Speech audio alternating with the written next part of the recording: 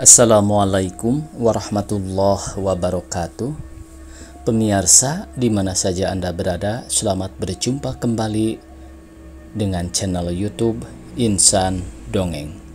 Pada kesempatan ini saya Bang Elgi akan melanjutkan Masa Bergolak bagian ke-12. Terima kasih kepada semua subscriber yang selalu setia mengikuti. Selamat mendengarkan. Sekarang kita kembali kepada peristiwa Bandung. Kedatangan Kolonel Nasution dari pusat ditunggu oleh penduduk Bandung dengan hati gelisah. Ya, separuh orang sudah panik dan tidak menunggu lagi kedatangan Komandan Bandung kembali, tetapi sudah mulai mengungsi ke selatan. Tanggal 24 Maret 1946 pagi-pagi, Kolonel Nasution sudah ada di Bandung dan memberi penjelasan kepada para pembesar sipil dan militer setempat bahwa ultimatum Inggris itu hasil berdiplomasi antara pimpinan Inggris sebagai tentara pembersih sisa perang dengan Perdana Menteri kita dan pembesar tentara yang menguasai divisi 3. Apa boleh buat meskipun rasa dan pikir tidak mau menurut, tetapi secara orang yang tahu disiplin, mau tidak mau mesti tunduk kepada perintah dari pusat. Apa boleh buat? Perintah adalah perintah, mesti diturut, bukan untuk diperdebatkan atau dibantah. Bersiap-siaplah tentara kita dan pasukan-pasukan yang mau berdisiplin, mau tidak mau mengundurkan diri 11 km dari pusat kota Bandung. Mulanya Kolonel Nasution minta tempo kepada Jenderal Harton supaya batas waktu ultimatum boleh ditangguhkan 10 hari berhubung dengan persiapan. Tetapi Jenderal Inggris itu menolak permohonan itu dengan alasan, ultimatum itu sudah 5 hari yang lewat kami sampaikan kepada pemerintah Indonesia, cukup lama untuk bersiap-siap.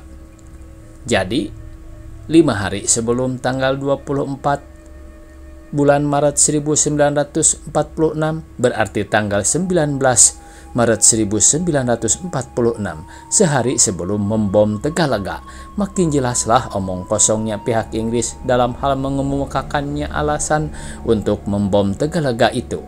Nyata jelas bukan mencari dan menghajar sarang meriam yang memang tidak ada, tetapi semata-mata membuat-buat alasan untuk membikin panik. Artinya pemboman Tegalega itu sudah dirancangkan lebih dulu. Dengan hati panas dan mengkal, kolonel kita meninggalkan opsir tinggi Inggris itu lalu memerintahkan pengunduran. Ia sendiri bukan kepalang sibuknya. Wali kota Bandung yang merasa bertanggung jawab atas keselamatan rakyat Bandung tidak mau mundur. Pertama, karena yang diminta mengundurkan diri itu hanya tentara dan pasukan bersenjata saja, tidak pemerintah sipil. Kedua, masih amat banyak penduduk kota Bandung yang tidak mengungsi. Mereka perlu perlindungan bapaknya, yakni wali kota. Ketiga, perlu ada kontrol terhadap lajunya segala pekerjaan sehari-hari, meskipun barangkali hanya dengan 1/4 atau 1/5 tenaga saja. Tetapi rasa tanggung jawab wali kota itu terbentuk pada torpedo para pemuda dari separuh para pejuang. Para pemuda memaksa supaya wali kota dan semua pegawai sipil dari instansi manapun termasuk RRI dan DKA yang semua supaya mengosongkan seluruh kota Bandung. Sebab kota Bandung seluruhnya akan dibakar habis oleh para pemuda. Kalau toh tidak boleh mempertahankan, kalau toh mesti saja mengundurkan diri dan membiarkan Inggris atau Belanda tinggal di Bandung. Meraja dewek, ambillah abu kota Bandung. Para pemuda lebih suka, lebih rela melihat Bandung menjadi lautan api dan menjadi abu daripada diduduki oleh musuh dengan cara yang menghina perasaan penduduknya. Kalau seandainya para pejuang kalah berperang dalam suatu pertarungan sehingga tidak berdaya lagi membela kota dan terpaksa diduduki oleh musuh.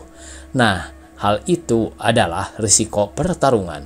Sudah biasa yang kalah perang kotanya dan negaranya diduduki jamak saja. Tidaklah hina kalah oleh yang lebih kuat.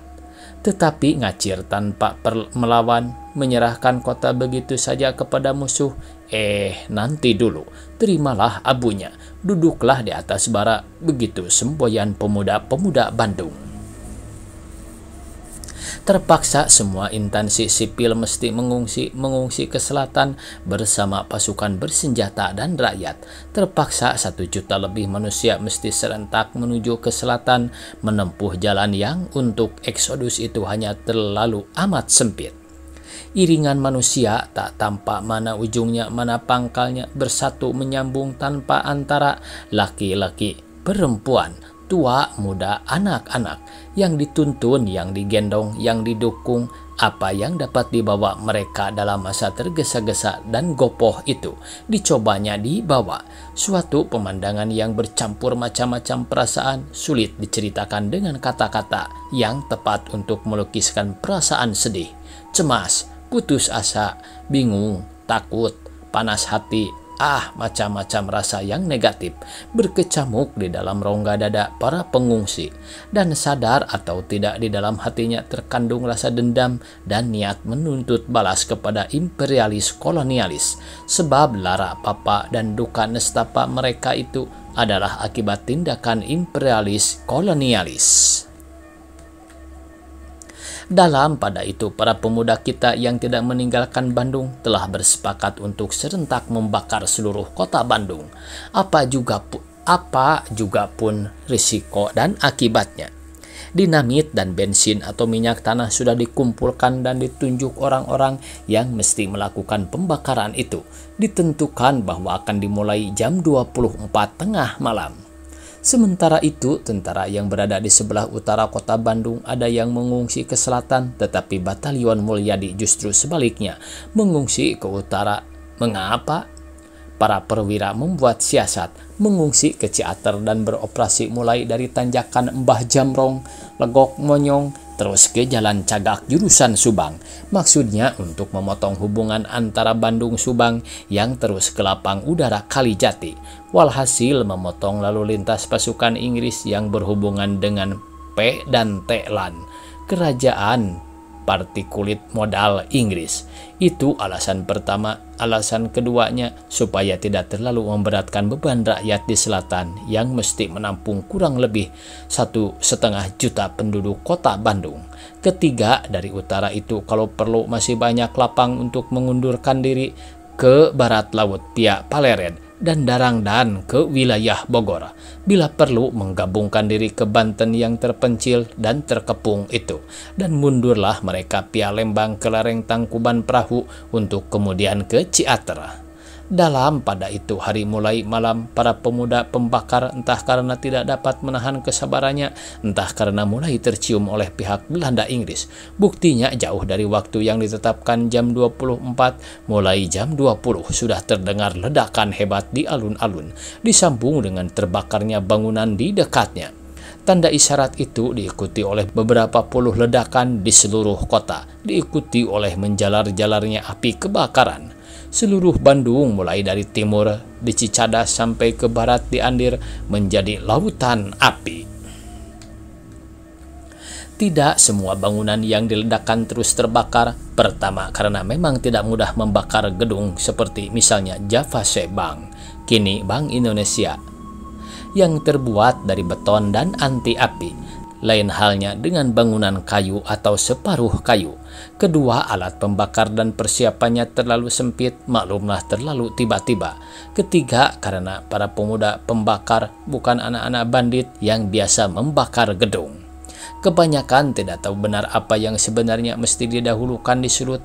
Keempat, pada bulan Maret 1946 itu, di Bandung masih turun hujan sehingga bangunan-bangunan banyak yang menjadi lembab, dalam arti tidak mudah dimakan api. Meskipun demikian, cukuplah untuk Bandung menjadi lautan api. Dilihat dari bukit-bukit di sekitar Bandung, jelas benar nyala api itu, nyala api dari Cicadas sampai ke Andir. Pemandangan yang menusuk hati patriot, menusuk tapi membangkitkan niat merebut Bandung kembali. Entah siapa yang diberi ilham oleh Tuhan, tetapi malam itu juga bergemalah sebuah lagu yang spontan timbulnya dan berdaya mengungkapkan sepenuhnya niat suci para pejuang dengan derapan kata dan nada. Halo, halo Bandung, ibu kota periangan. Halo, halo Bandung, kota kenang-kenangan.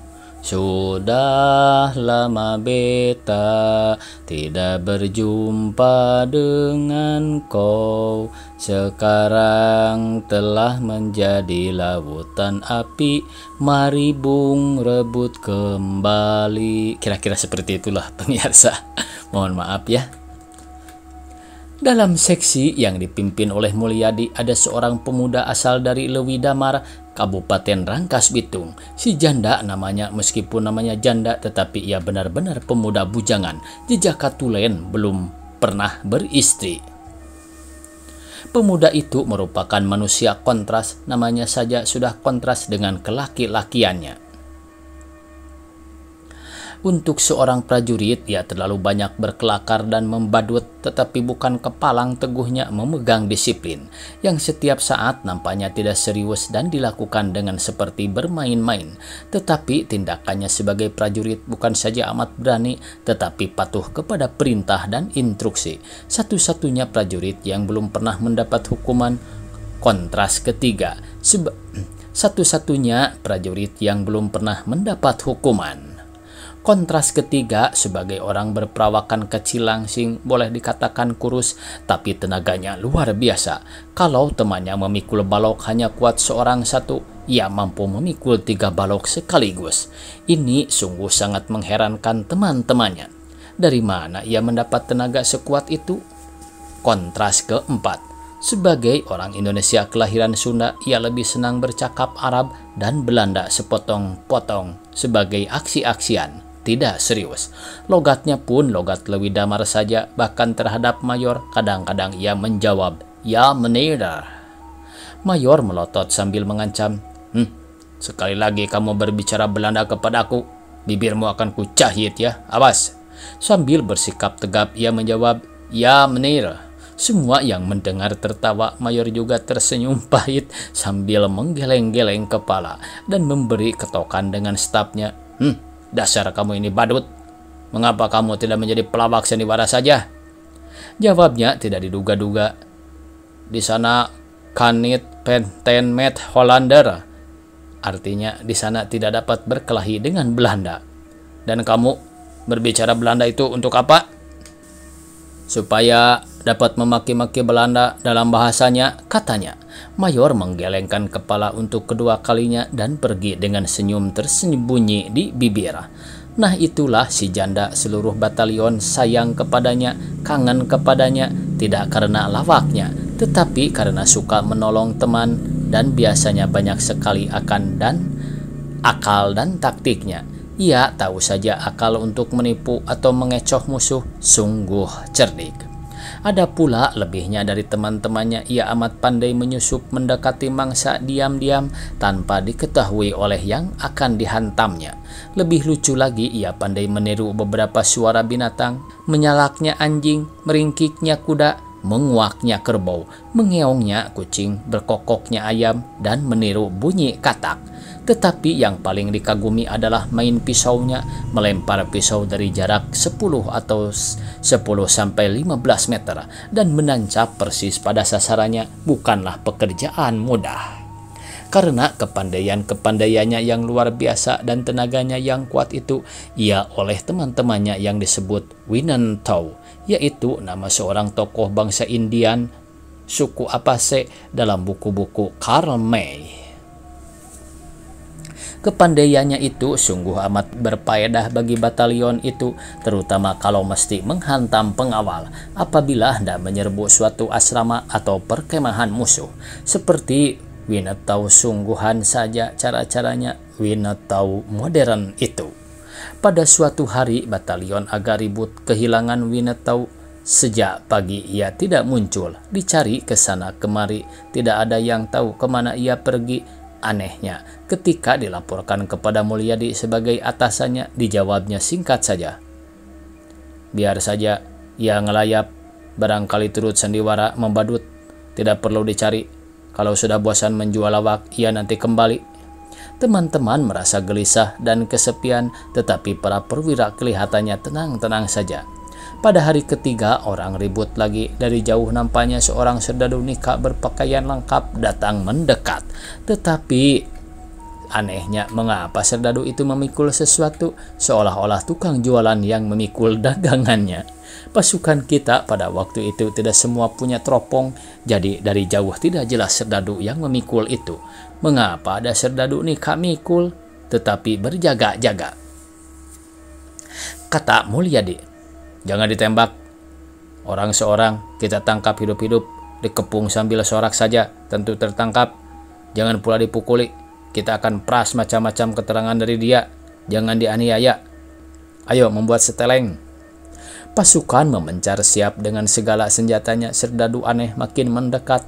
Anak-anak kita sudah gatal tangannya hendak menembak. Tetapi ingat perintah, serdadu makin dekat. Topi bajanya ditarik ke muka. Mukanya makin tidak jelas. Pikulannya berisi benda berat rupanya. Tinggal 20 langkah lagi ke tempat Alimin, prajurit terdepan bersembunyi. Tiba-tiba serdadu itu berteriak dalam bahasa Sunda yang amikal. "Engkau Alimin tolol. Kalau tiarap, jaga pantatmu, jangan muncul. Dan jangan belukar tempatmu bersembunyi bergerak. Bodoh, kerbau. Kamu bisa mati karena tidak dapat bersembunyi." Pikulannya ditunda, helmnya atau topi bajanya dibuka. Winetau tertawa lebar ke arah si Sadip. "Hei, pohonmu bergerak. Kalau mengumpet, jangan seperti babi ketakutan ya, mesti diam." Si Alimin dan si Sadip keluar keheran-heranan karena ketahuan tempat persembunyiannya. Yang lain juga keluar. Winetau berkata mengejek, "Kamu lebih baik menjadi prajurit dapur saja. Cara kalian bersembunyi sungguh membahayakan pasukan. 100 depa lagi aku sudah tahu si Alimin tolol mengumpet di situ. Kebiasaannya yang buruk, suka bergerak-gerak, dan pantatnya yang menjebul kalau bertiarap. Tidak bisa hilang. Di mana ada si Alimin, biasanya ada si Sadip. Kulihat pohon pacing itu bergerak tanpa ada angin. Siapa lagi di belakangnya kalau bukan si Sadip tolol?" Ucapan Winetau itu terdengar oleh Mulyadi dan amat diperhatikannya. Di hari-hari kemudian, Alimin dan Sadip setengah mati menjalani latihan bersembunyi supaya tidak membahayakan dirinya dan pasukannya. Ia memuji keawasan mata Winetau. Dalam pada itu Winetau dikerumuni. "Kamu masuk nikah ya?" tanya Duyeh berkelakar. "Tetapi pakaianmu terlalu besar dan berdarah. Hilang 3 malam. Rupanya kamu jadi Belanda ya?" tanya Komar sambil mengetuk topi baja. "Diam pemuda tempe," teriaknya. "Ayo gantikan, aku memikul benda rampasan ini. Bahuku rasanya seperti encog pegal, memikul sejauh 8 kilometer. Semua pergi ke tempat berkemah. Mulyadi menghadapkan Winetau kepada Kapten Kosasih yang memberi ia tugas mengadakan penyelidikan, tugas rahasia yang diperintahkan diam-diam. Di muka para perwira dan komandan batalion, Winetau membuat laporan lisan. Pagi-pagi sebelum teman-temannya bangun, ia sudah menghilang menuju jalan besar yang menghubungkan Bandung dengan Subang. Menyaru seperti penebang kayu, membawa pikulan beserta keranjang yang berisi kapak dan tambang penarik pohon, yang sebenarnya oleh Winetau dapat dipergunakan sebagai lasso untuk menjerat sesuatu.